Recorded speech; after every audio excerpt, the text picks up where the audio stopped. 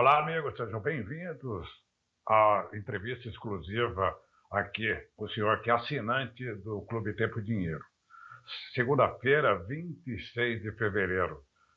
O mercado tem essa semana alguns indicadores ainda que vão consolidar as expectativas em relação a 2023, tanto nos Estados Unidos quanto no Brasil, mas já é hora de olharmos 2024 com uma lupa um pouco mais precisa e detalhada. Quem vai falar sobre isso com a gente, o nosso convidado aqui, é o André Paiva Ramos, que é consultor da SPEC, consultoria, e conselheiro do Corecon, que é o Conselho Regional de Economia de São Paulo. André, seja bem-vindo aqui ao Clube Tempo e Dinheiro. Oi, Giovanni, boa tarde. Muito obrigado pelo convite. Então, a economia ela tem apresentado, né, uma boa perspectiva para 2024, cada vez mais consolidando esse cenário de um crescimento, aí, né, falando da economia brasileira, acima de 2%. Né? Essa expectativa de crescimento tem sofrido, né, uma mudança ao longo dos últimos meses, né? Então, a gente vem de um período em 2023, o segundo semestre, que a economia brasileira perdeu um pouco de ritmo de crescimento ao longo dos últimos meses, e agora a gente já verifica um cenário aí mais promissor, né?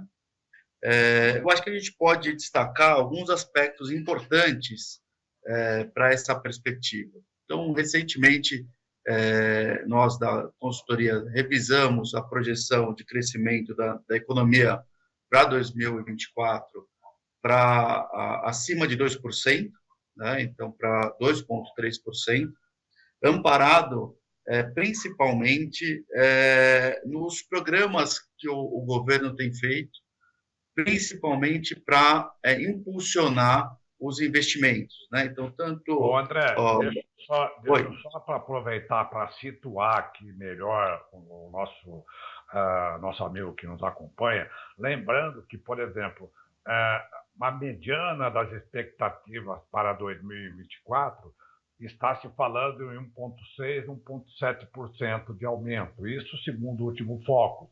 Tem algumas instituições que dão um pp, acima, um abaixo, e você, na sua última análise aí, feita para o setor cervejeiro, você botou 2,3%, né, André? Exatamente. Isso muito amparado, como eu comentei, nesses planos de investimento, né? Então, a gente está falando aqui de novo PAC, o Plano de Transição Energética, Ecológica, né, que é o PTE, e o Nova Indústria Brasil, né? Vale destacar, né, Giovanni, como você comentou, apesar da gente estar falando que o relatório Focus tem apresentado nas últimas semanas uma projeção de crescimento entre 1,6 e 1,7, né? Essa projeção tem sido recorrentemente revisada para cima, né? Então, as perspectivas para 2024 já foram inferiores a 1%, né? E agora a gente já está, estou se falando em relatório Focus, né? Agora a gente já está se aproximando a 2%, né? Mas, então, só retomando, então, o governo tem lançado programas para incentivar e criar melhores condições para a retomada dos investimentos, né? Sejam investimentos em infraestrutura, que tem um grande potencial de gerar demanda agregada na economia, de impulsionar o crescimento, sejam investimentos no setor industrial, né? Principalmente aí visando a parte de inovações, a parte de transição energética, a parte de responsabilidade ambiental, né? Então, visando impulsionar, né? Se a gente for analisar ali o Plano Nova Indústria Brasil, impulsionar importantes cadeias produtivas, né, da indústria, o que tende a gerar um impacto muito positivo para o crescimento econômico. Além disso, a gente também verifica um cenário, uma sinalização positiva no cenário de crédito, né? Onde, apesar de uma política monetária que vai seguir ao longo de 2024 restritiva, né? Então, com juros reais, né? Com taxas de juros reais elevadas, né? A gente está verificando um ciclo, né? A gente está vivendo um ciclo de cortes dessa taxa básica de juros, que tende a encerrar o ano, a perspectiva em 9% ao ano, né? E dessa forma já traz um impacto positivo para o crescimento, para impulsionar o mercado de crédito e o acesso de empresas e famílias ao mercado de crédito, né? Agora eu queria fazer uma interrupção aqui. Quando você também fala de famílias no mercado de crédito, a gente olha também no lado do consumo. Na expectativa da SPEC, há também uma redução da inflação, do IPCA, né, uma variação anual, numa expectativa de 3,8, que seria abaixo também dessa visão de mercado, vamos chamar assim.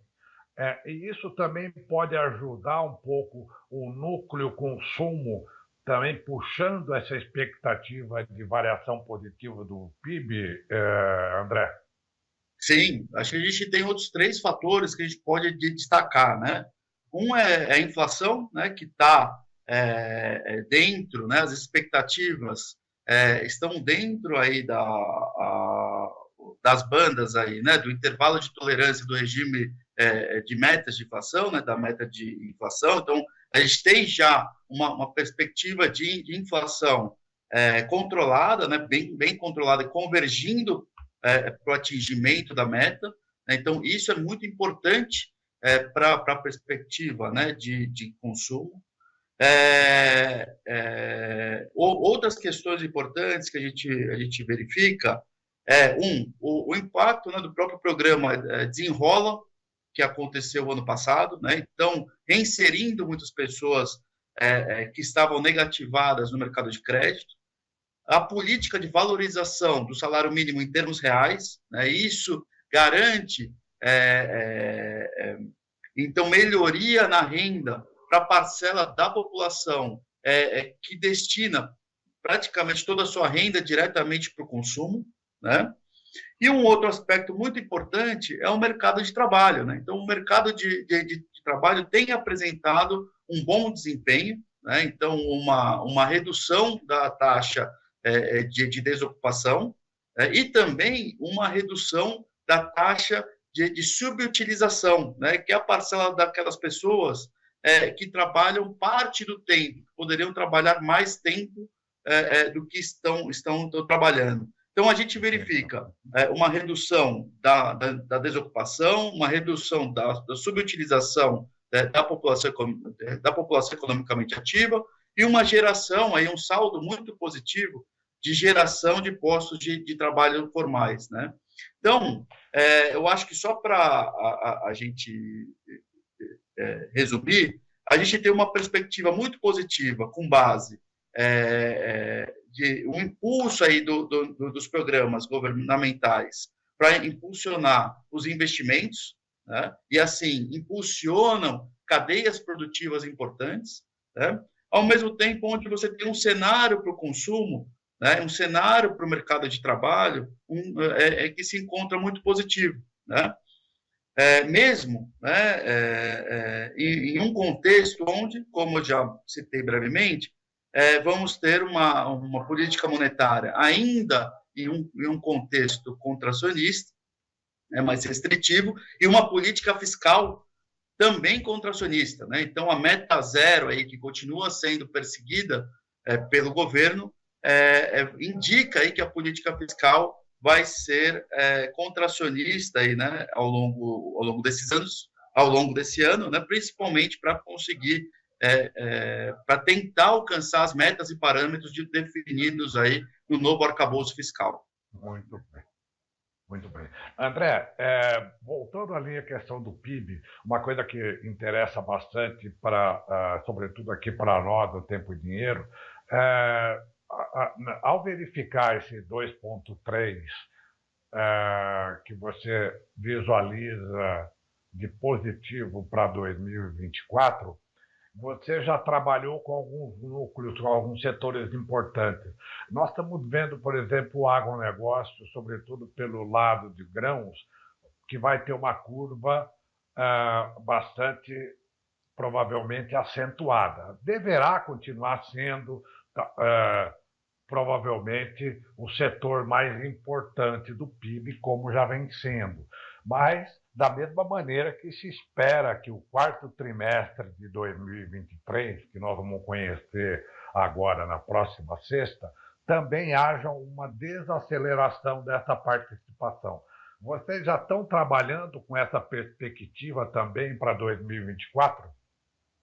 Sim, a perspectiva que a gente tem é que tenha uma redução de safra, né, comparativamente ao ano anterior, e também, olhando, né, tem muita relação, mas o cenário externo, né, então a parte da nossa balança comercial, que o ano passado tivemos um superávit muito elevado, que esse superávit, esse ano, né, de 2024, seja muito positivo, tenha um desempenho muito bom, mas um pouco abaixo aí do que verificamos em 2023.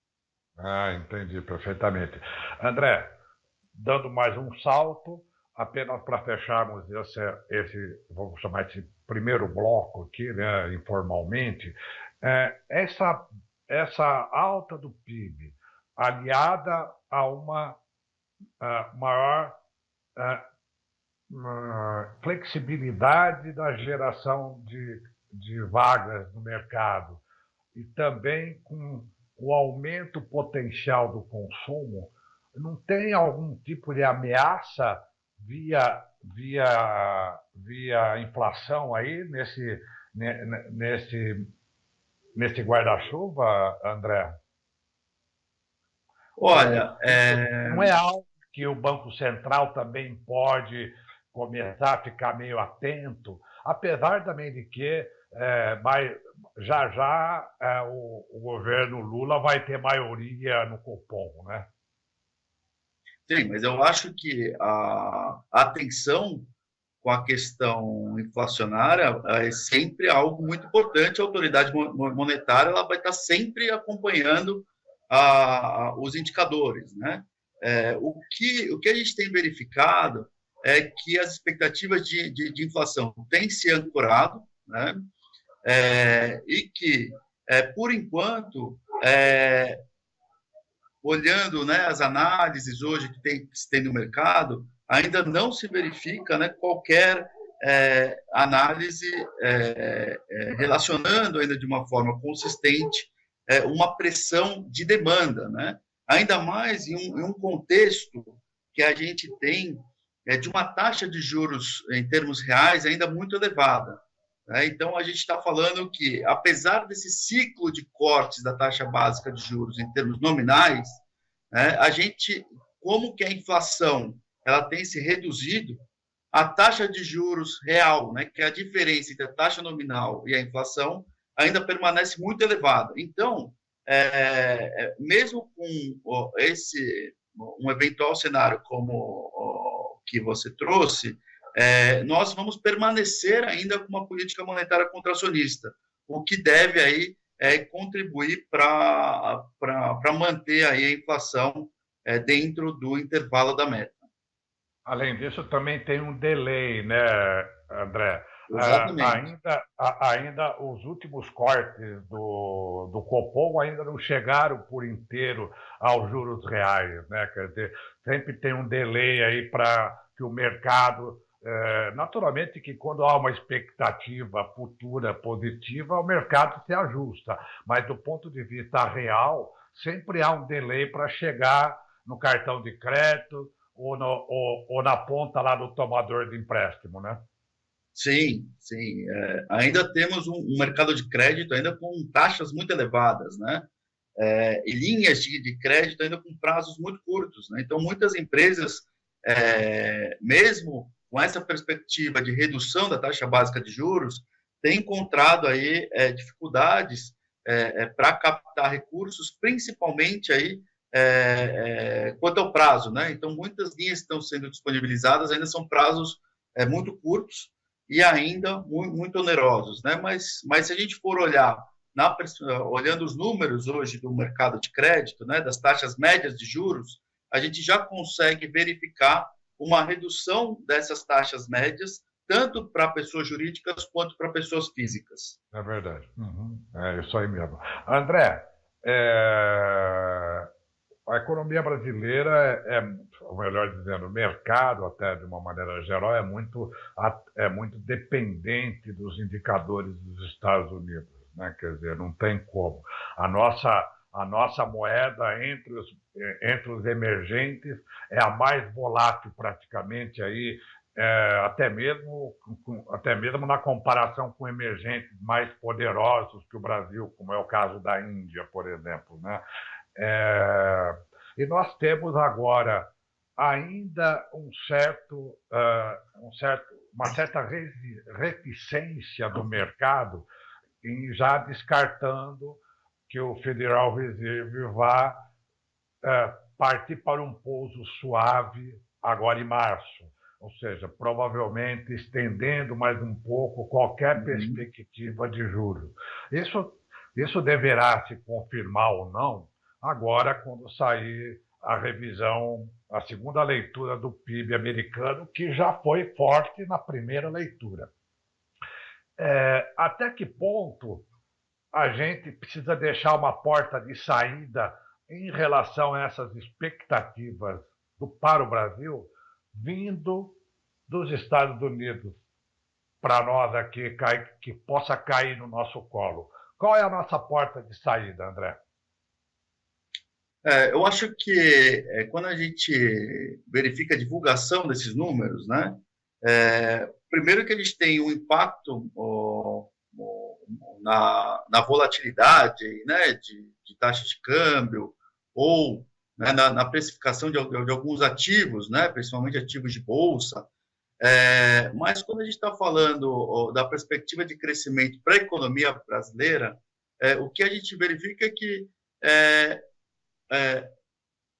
a economia internacional, apesar de não estar apresentando, né, uma perspectiva de um crescimento tão forte, né, tem apresentado um bom desempenho, né? Veja os Estados Unidos, como você mesmo comentou, né, que tem aí um crescimento acima de 2% em 2023 e com a perspectiva aí também de manter um bom crescimento em 2024, né? Criando condições para que a política monetária dos Estados Unidos se torne menos restritiva ao longo desse ano, né? Então,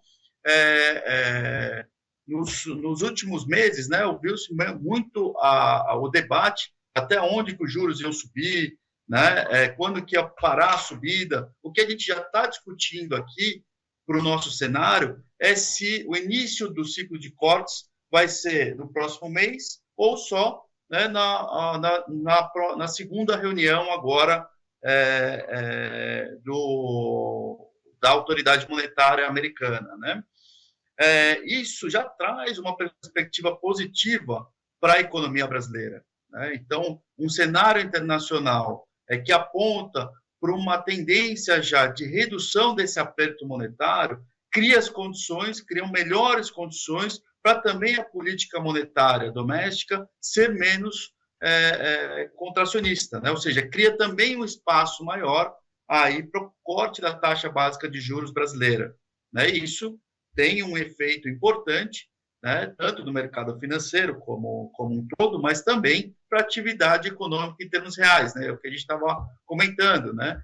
Para incentivar o mercado de crédito, abre um espaço maior aí para o crescimento do crédito, né? Abre um espaço maior aí para melhorar aí a linhas de crédito que sejam compatíveis com projetos de investimento de muitas empresas, né? Então, isso traz esse contexto, como você apresentou, de um crescimento dos Estados Unidos, que tem superando aí as expectativas do passado recente, né?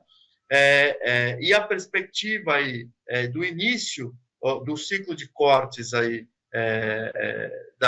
dos juros americanos é algo muito importante aí também para as expectativas de crescimento da economia brasileira.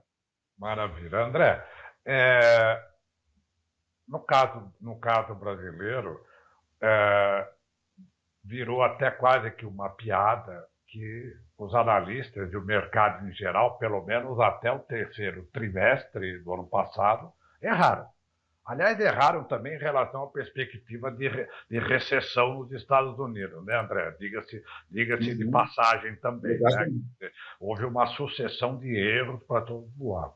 Quer dizer, o PIB do Brasil até o terceiro trimestre cresceu mais do que as expectativas. Agora já está se consolidando aí em torno de uma mediana de 2,9 para 2023, ainda que o quarto trimestre tenha mostrado possa mostrar uma certa desaceleração. Qual é a perspectiva de que haja um erro ou para mais ou para menos e que balance essas projeções, pelo menos no primeiro trimestre inicial do ano, do ponto de vista do efeito estatístico de carrego, aí, ou pelo menos em termos de impacto psicológico, André? Sim.